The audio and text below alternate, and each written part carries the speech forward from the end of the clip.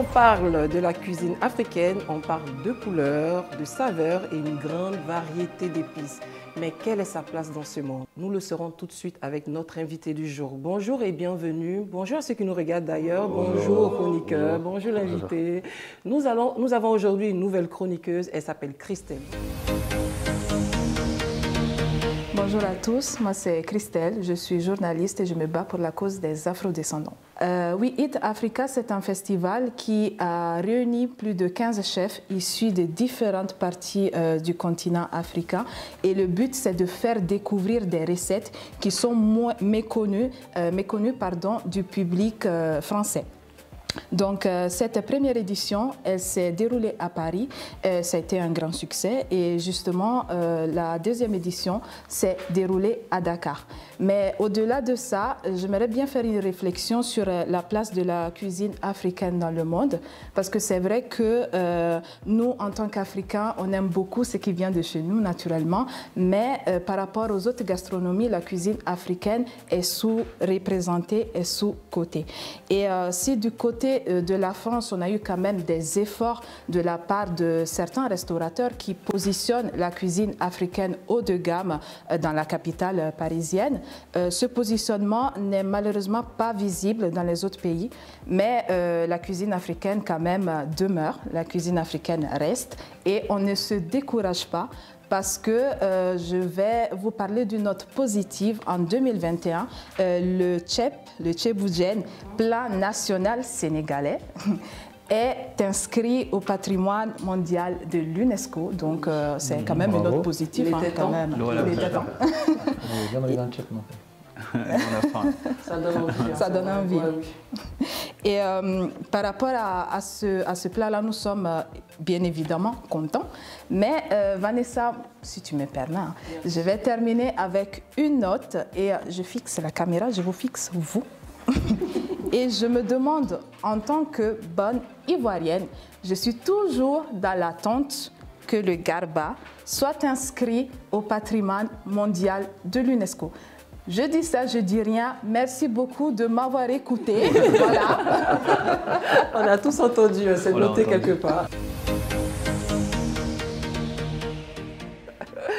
Merci Christelle.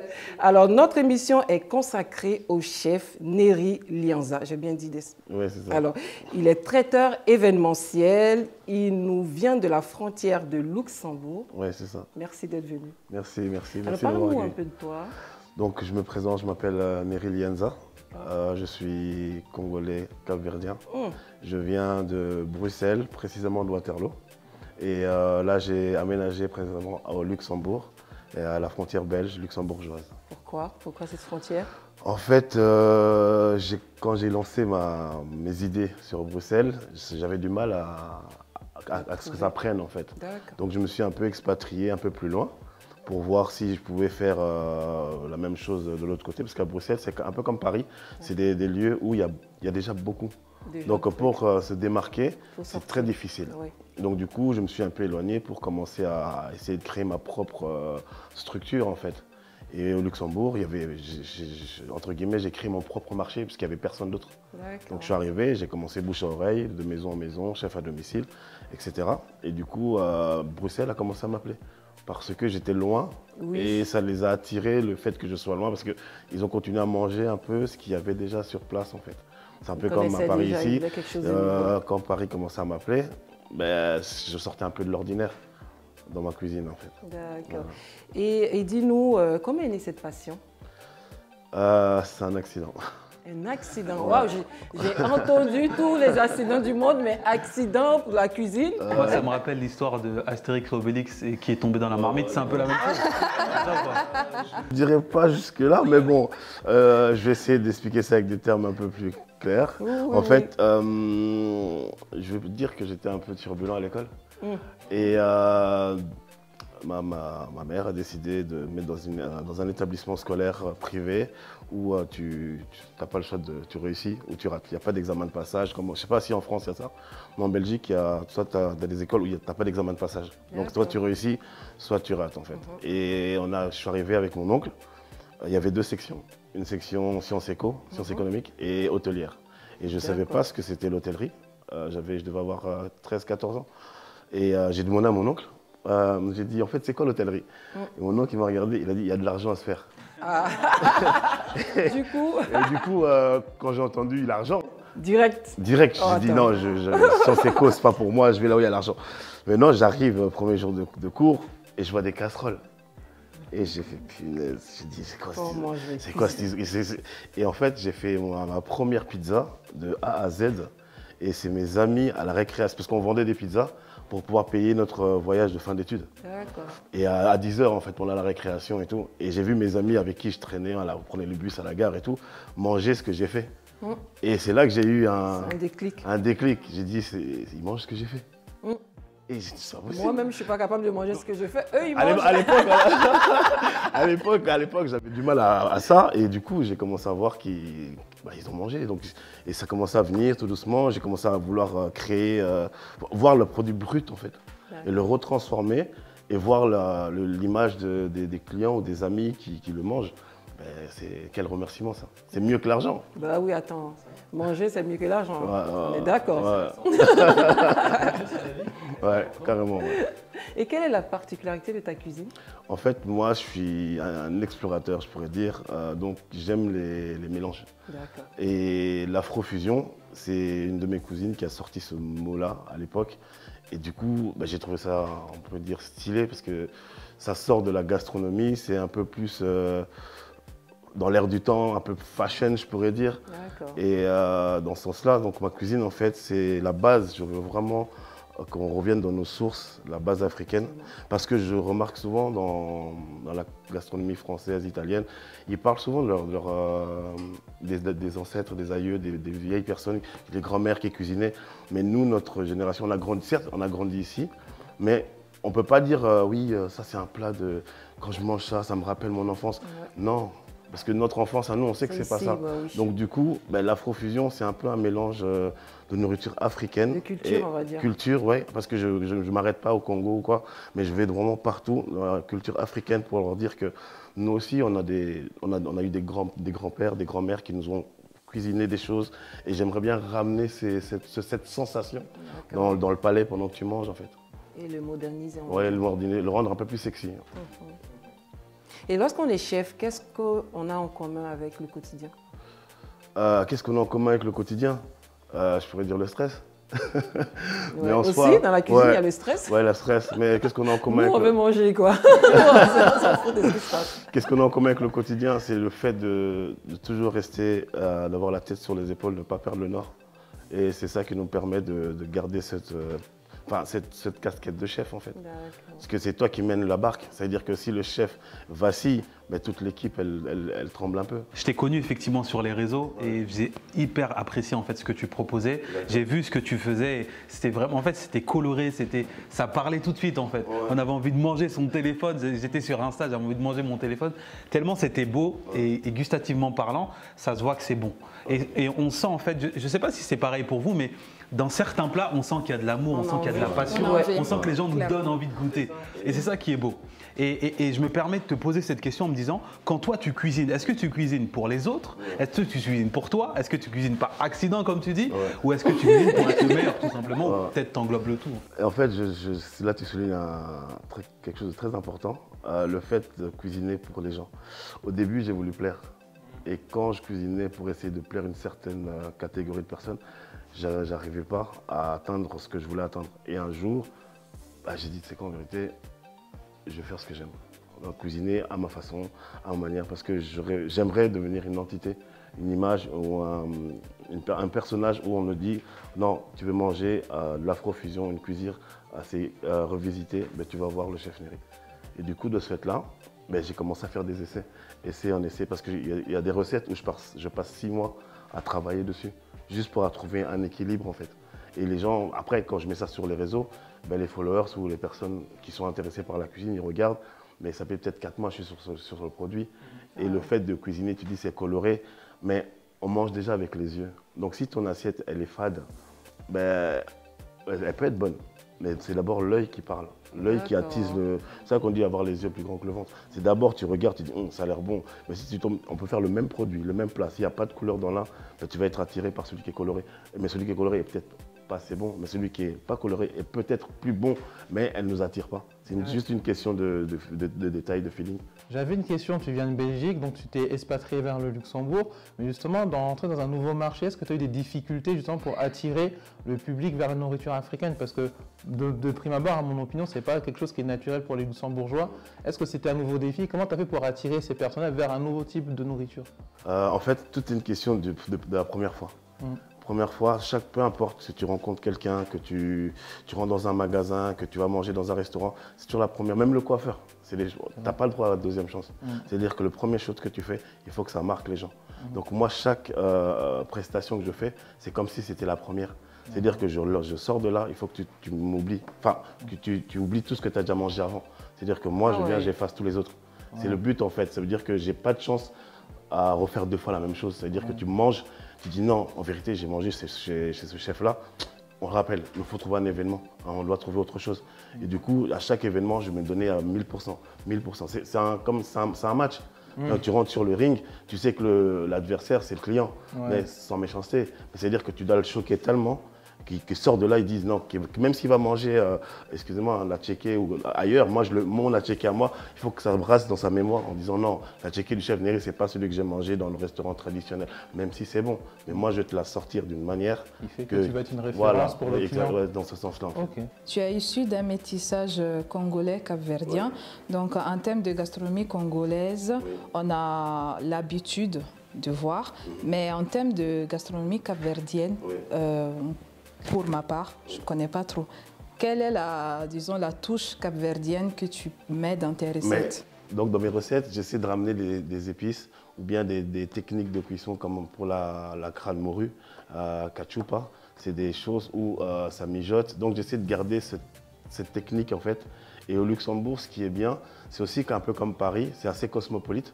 Donc le fait d'avoir beaucoup de mélanges culturel. Là-bas, beaucoup de Capverdiens, Portugais. Donc, ça m'apprend aussi à connaître encore plus la culture et de poser des questions chez des amis, chez des tantes, chez des cousines qui sont là-bas en demandant, oui, mais en fait, comment on fait ça? Comment on fait ça? Parce qu'on est cuisinier, certes, mais on n'a pas la science infuse. On ne connaît pas toutes les recettes du monde. Parce que même le continent africain, on a tous le même produit, mais dans chaque pays, il y a chaque ethnie qui cuisine le même produit différemment.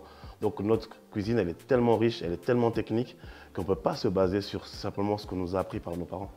Donc du coup, moi par exemple, personnellement, je travaille sur ma technique et ma manière de retranscrire la cuisine africaine ou les plats africains. Je pense comme vous, hein, on va dans des établissements, si c'est pas bon, on ne revient pas. Et si c'est hyper bon, c'est ce on est prêt à faire des kilomètres pour se dire, vas-y, je vais aller là-bas. Voilà, en fait. Est-ce que c'est un petit peu ça, ce que tu recherches, un peu ce côté un peu challenge de ta cuisine? Ouais, c'est vraiment ça ce que tu dis, c'est que j'essaye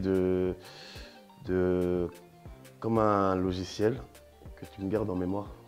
C'est que quand tu manges un plat, tu sais que tu as déjà une barre de, comment je pourrais dire, de référence, un seuil de, tu manges un plat, tu dis, tu as une référence dans ta tête, tu as le goût dans ta tête, mais tu vas manger peut-être le même plat ailleurs, mais tu sais déjà quel goût c'est censé avoir, parce que j'ai erroné le précédent plat.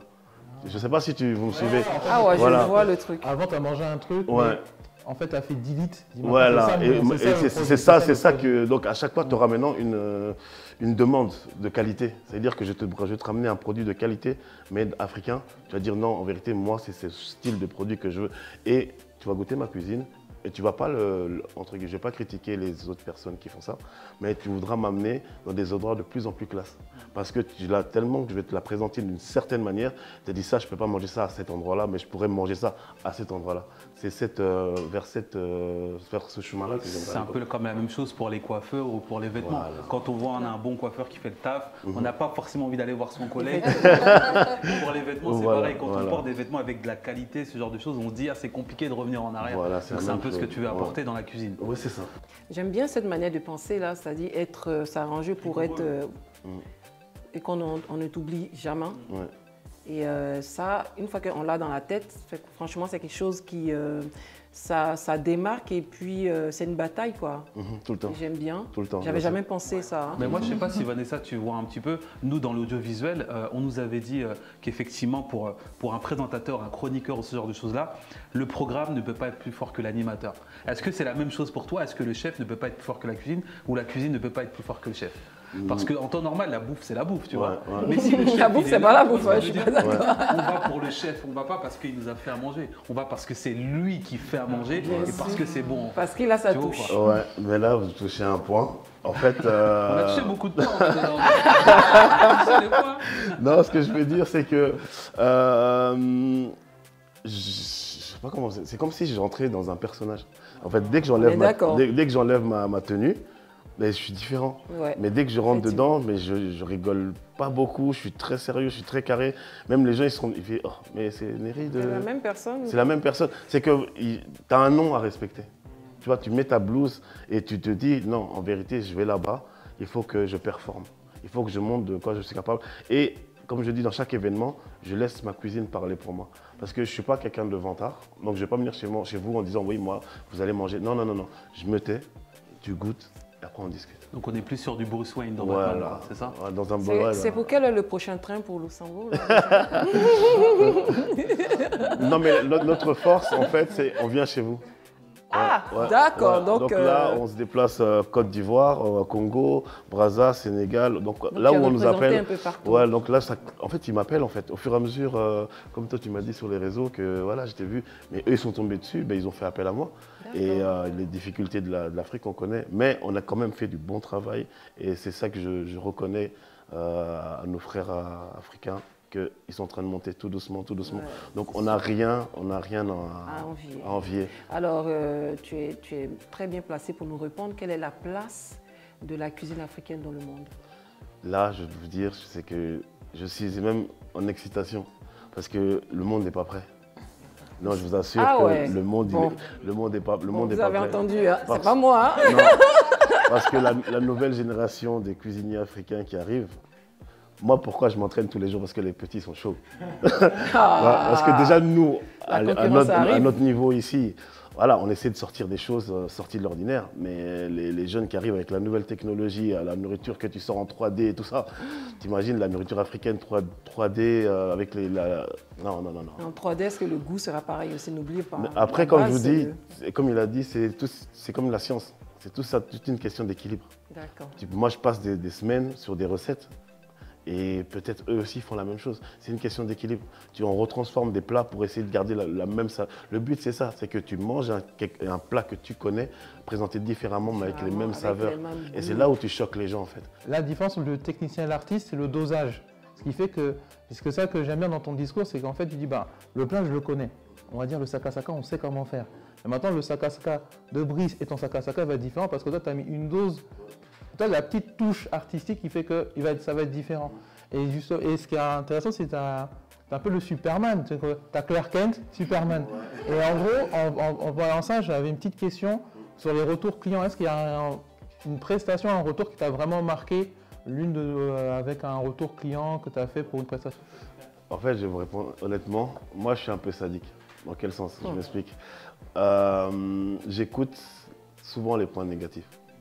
Donc, même si on me dit, oui, chef Néry, c'était bon, j'accepte. Ouais. Mais je ne me base pas là-dessus parce que j'ai l'impression de dormir, me reposer sur mes lauriers.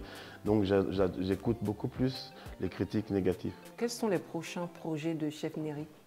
Les prochains projets comment vous dire? Comme on dit, trop parler peut tuer.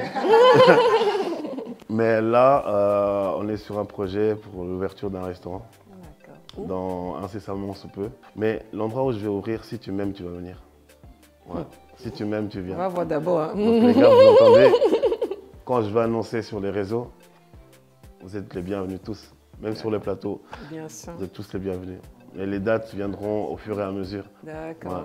Est-ce que Néry a prévu de donner des cours de cuisine pour la jeune génération? Encore une fois, je vais vous répondre franchement.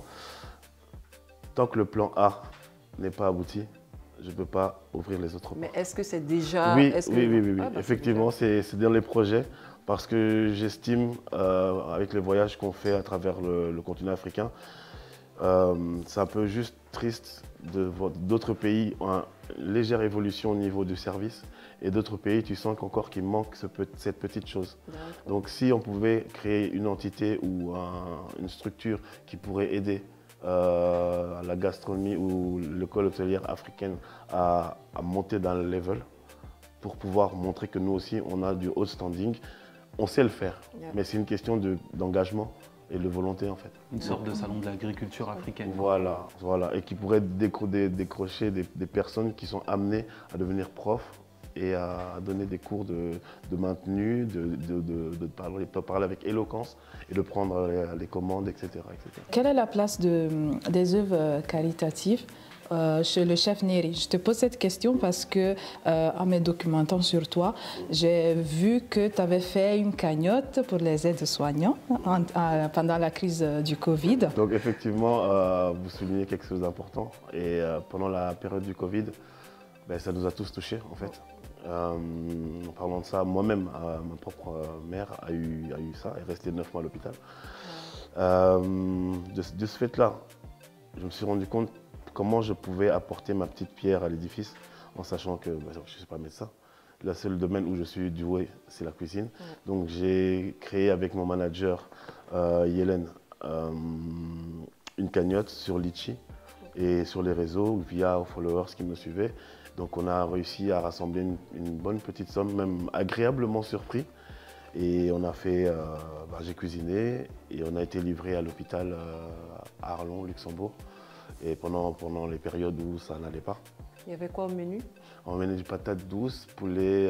pimenté, le réveillé, c'est important. Ouais. Et non, parce que vu que c'était moi, quand je sais que la communauté est beaucoup plus afro, je sais que je peux monter un level dans les épices. Quand je sais que c'est mixte, je mets tout le monde sur le même piédestal. Voilà, parce que comme ça, on sait, tu sais pas qui est qui, donc on essaie de garder quand même un équilibre pour les palais des gens. Le chef Neri qui avait 8 ans, qui avait 10 ans, qui avait 12 ans ou 15 ans, qu'est-ce qu'il pourrait dire au chef Neri d'aujourd'hui?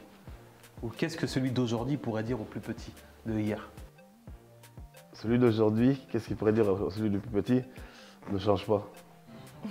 Et celui le plus petit qui pourrait dire à celui de maintenant, t'as vu, on a réussi. Je t'avais dit qu'on allait le faire. Donc en soi, il ne faut pas regretter ce qu'on a fait de mal ou de bien. En fait, toutes les actions que tu fais poussent à l'homme que tu es maintenant ou à la femme que vous êtes maintenant. Donc les péripéties négatives, familiaux, etc. font que ton caractère devient soit fort, soit faible. Et les actions que j'ai faites dans le passé m'ont permis à avoir ce mental de vouloir réussir dans la cuisine. Si c'était à refaire, tu le ferais ou pas? Ouais. Sans rien, je prends tout. Okay. Les bêtises, tout. Tout. Parce que voilà, ça m'a permis d'être ce que je suis maintenant. On va partir en Italie. Mais avant ça, on va aller au Congo. Au Congo-Brazzaville, très beau pays. Oh, mais vous savez, à vol d'oiseau, c'est pas très loin. Pour les Congolais, c'est pas loin, c'est clair. Donc, on va au Congo-Brazzaville, là où est née Victoire Gouloubi. Elle est partie en Italie pour faire ses études. Bon, comme tout parent congolais, on envoie des études pour les enfants en Europe pour faire des études comme le droit, le commerce. Elle est partie faire du droit. Mais un jour, elle s'est dit, mais je préfère cuisiner. Je préfère faire de la cuisine.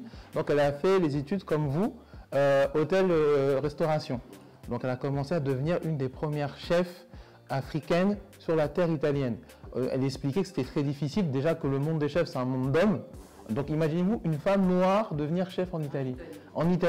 Donc elle a dû se battre déjà contre sa famille, puisque sa famille, quand on va expliquer, bon, papa, maman, je suis parti faire du droit. Attends, on t'envoie faire du droit, toi tu vas cuisiner, même franchement, les enfants là. Tu peux pas faire. Mais elle est, par force de courage, d'abnégation et de persévérance, qui est très important, elle a continué son rêve. Elle est devenue l'une des chefs d'un grand hôtel italien, le Mirtillo Rosso. Et en 2017, elle a fait partie d'un documentaire sur les femmes chefs qui était à la recherche des femmes chefs en Italie. Maintenant, sa carrière est derrière elle, mais elle a des émissions télé pour mettre en avant l'histoire et la culture africaine à travers la cuisine. Et c'est pour cela, aujourd'hui, pour déjà aiguiser nos palais et aiguiser notre imaginaire, on va parler de cette grande femme qui est Victoire Gouloubi, une des premières chefs africaines en Europe, notamment en Italie. On parle de cuisine, cuisinier, cuisinière, tout ça, ça me donne faim. Hein. Qu'est-ce qu'on fait après? Non, mais déjà, on va prendre contact avec Chef Miri. Très vite, très vite. Comme ça, on va boire ensemble pour aiguiser nos palais. C'est important. Mais avant ça, nous allons remercier nos partenaires. Nous sommes chiquement bien habillés. Hein. Nous allons remercier notre styliste Identity by MJ. Et on va dire merci à Annie Sega qui nous a maquillés. Merci à ABC Koroki qui nous a prêté son magnifique studio. Et vous n'avez pas vu la déco, il y a un changement. Vraiment. Nous allons dire merci à la décoratrice AC Wax Design qui a apporté sa touche à ce plateau. Je vous donne rendez-vous dans 2 semaines, même jour, même heure. À bientôt!